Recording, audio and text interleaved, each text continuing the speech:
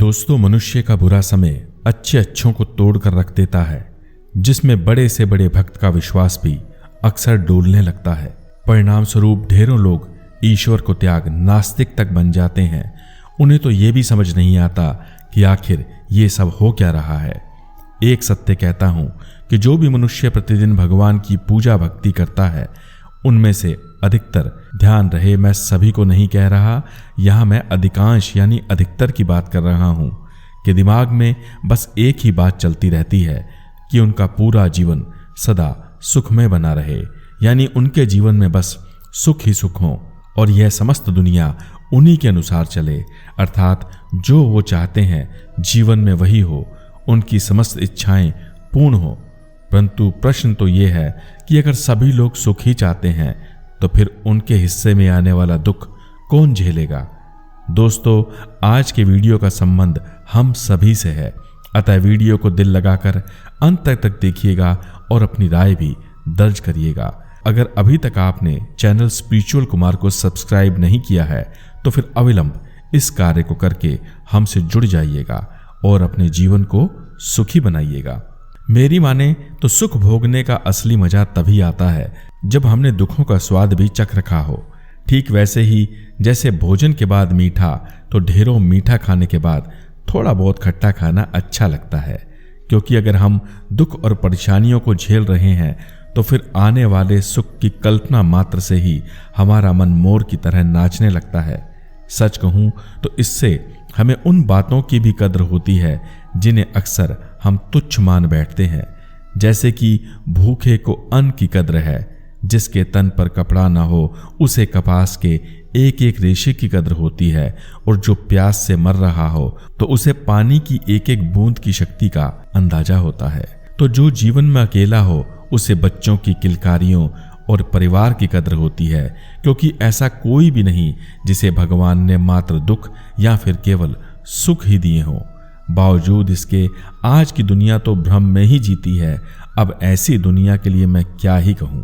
मनुष्य, दानव, राक्षस और देवता सभी ने अपने अपने हिस्सों का दर्द सहा है। अक्सर लोग यही कहते हैं कि मैं ढेरों पूजा पाठ और जप तप करता हूं, परंतु बावजूद इसके मैं दुखी ही रहता हूं, क्योंकि सच्चाई तो ये है कि जब जब आप धर्म और सच्चाई के दामन को थामेंगे, आपकी परीक्षाओं और कष्टों का मीटर डाउन होना शुरू हो जाएगा, और जीवन में कष्ट धक्केशाही से नहीं वर्ण कर्मों के हिसाब से ही मिलते हैं। बस यही वो गूढ़ रहस्य है जिसे दुनिया अक्सर समझ नहीं पाती। वरना सोच कर देखिए, भगवान को क्या पड़ी है कि वो आकर आपकी परीक्षा लें। क्या भगवान को कोई और काम नहीं है? पता नहीं आपको मेरी ये बात कैसी लगे, परंतु अधिकतम धार्मिक लोग पूजा पाठ और अनुष्ठान मात्र जीवन में इसीलिए करते हैं ताकि वह जीवन के कष्टों से बचे रहें। कष्ट आया नहीं कि वह डायरेक्ट ईश्वर से सवाल जवाब करने लगते हैं, जैसे कि मैं तो आपकी ढेरों भक्ति और पूजा करता हूँ, जप तप करता हूँ, दान पुण्य करता हूँ, व्रत एवं उपवास भी रखता हूँ, तीर्थ यात्रा पर भी जाता हूँ, बावजूद इसके मैं कष्टों में हूँ, या फिर मुझे ये समस्याएं क्यों आ रही हैं। आप चाहें तो इस बात को एक बेहतर उदाहरण से भी समझ सकते हैं। मोहन प्रतिदिन भगवान की ढेरों पूजा पाठ और जप तप किया करता था। एक दिन उसे एक साइकिल सवार ने जोर से टक्कर मार दी। परिणाम स्वरूप मोहन सड़क पर गिरकर बुरी तरह से घायल हो गया। उसे एक टेटनस का टीका भी लगा और कुछ दिन जख्मों को भरने की कड़वी दवाई भी खानी पड़ी, यानी कि थोड़ा बहुत कष्ट तो उसे सहना ही पड़ा। परंतु ये क्या, अगले ही दिन वह मंदिर पहुंच गया और भगवान को ढेरों ताने मारने लगा। उन्हें उलामा देने लगा कि मैं तो दिन रात आपका नाम जपता हूँ, रोज प्रातःकाल सबसे पहले मंदिर आ जाता हूँ, इतना करने पर भी भगवान जी आपने तो मेरा एक्सीडेंट करवा दिया।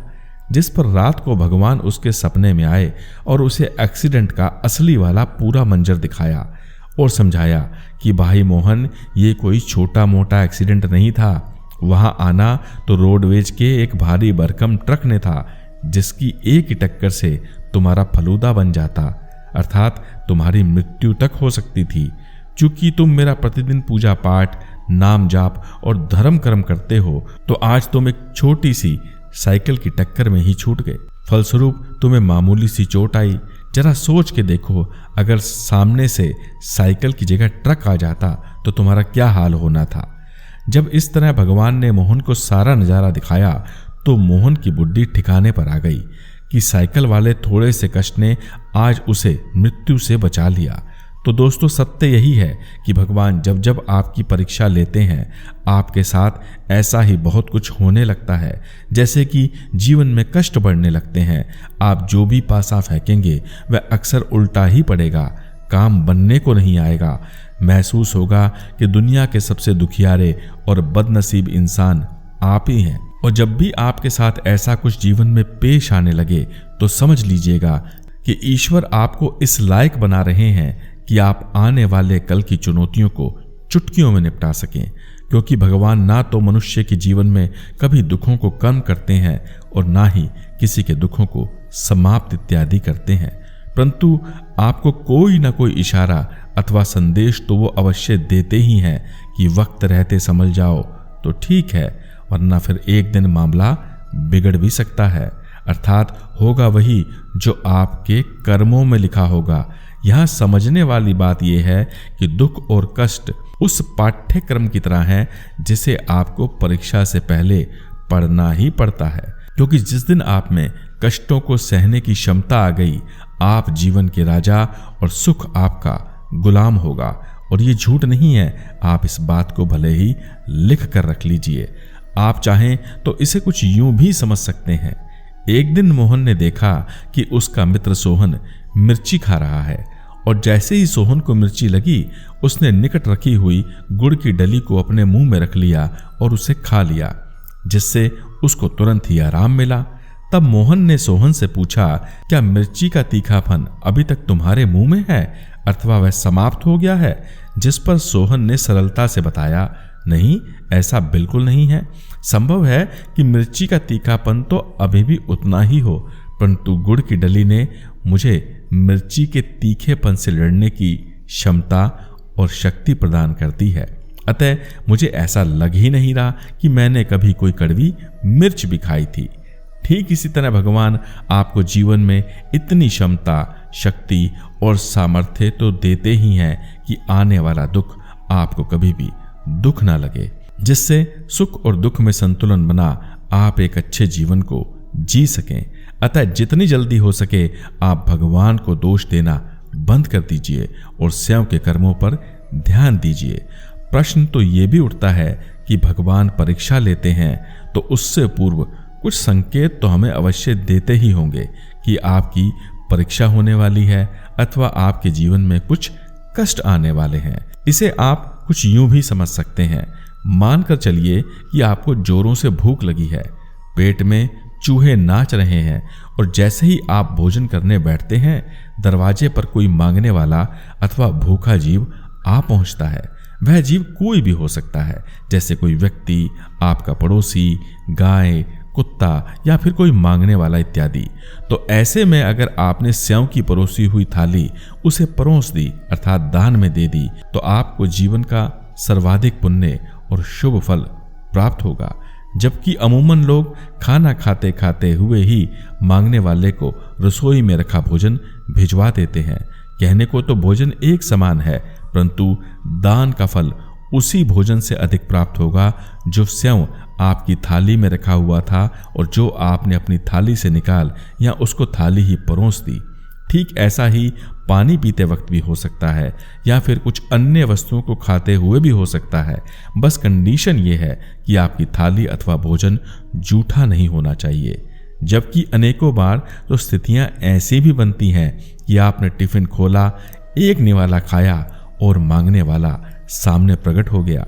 भगवान के ये संकेत दर्शाते हैं और आपको बताते हैं कि आपकी नीयत और स्वभाव को परखा जा रहा है, क्योंकि जो स्वयं के निवाले को निकाल कर दूसरे को देने की क्षमता रखता है वही असली दानी और सबसे बड़ा दिल वाला कहलाता है।